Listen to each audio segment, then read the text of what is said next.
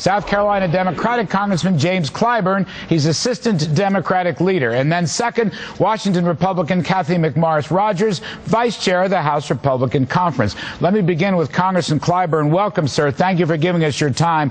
The reports, as I'm sure you know, $3 to $4 trillion grand bargain, virtually all of it on spending cuts, discretionary and entitlements, no significant tax increases. First, Mr. Clyburn, can you confirm that? Well, thank you very much for having me. I do know that there are meetings taking place as we speak. I am not, of course, in those meetings. I have no idea what the grand bargain may or may not be, but I've heard the same rumors that you seem to be reporting. And let me ask you, can you live with that? Essentially, this is maybe not as much of a compromise as some people originally thought. There will be no tax increase piece, at least in the short run, from what I gather. It'll all be discretionary spending and entitlement spending. Is that something you and your caucus can support? Well, I've always said the stickler in all of these things will be the details. We'll have to see exactly what that is. Remember, last year we did a $500 billion cut in entitlements, Medicare, if you please. Now, all of that was done on the provider side. It got misrepresented to the public, and a lot of people felt that benefits were cut.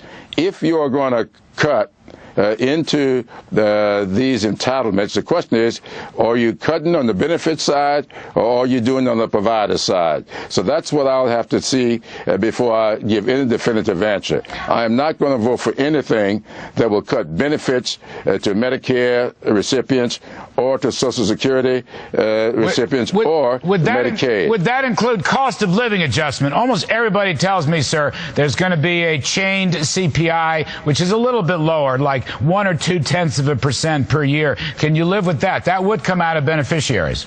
Well, it all depends on how long that is. If it's a 10-year thing, I would take a hard look at it. I know a little bit about change CPI. I'm not too sure what I feel about it.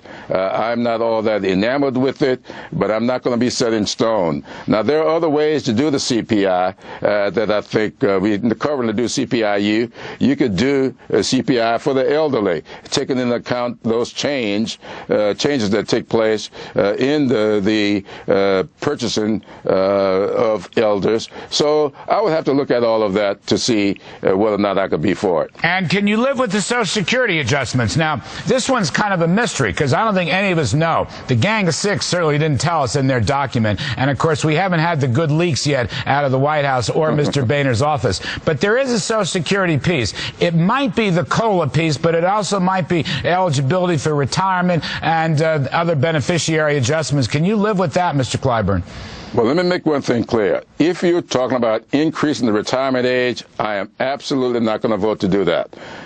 If you're talking about... Why not, sir? Why not? Everybody, a lot of people are talking about increasing the retirement age. Well, let me tell you why. For me, working in the air-conditioned environment every day, my retirement age ought to be looked upon differently. My life expectancy is differently. Somebody working in the coal mine every day or some other construction job working out in the elements every day, they do not have the same life expectancy. And I think it's unfair for us to treat them the same way you treat people working in an air-conditioned environment. And so I will look at lifting caps or removing caps, but I'm not going to vote to increase the retirement age unless you do something to make adjustments for job classifications. All right. Thank you very much, Mr. James Clyburn, Assistant House Democratic Leader. We appreciate your time, sir. Now, here with the Republican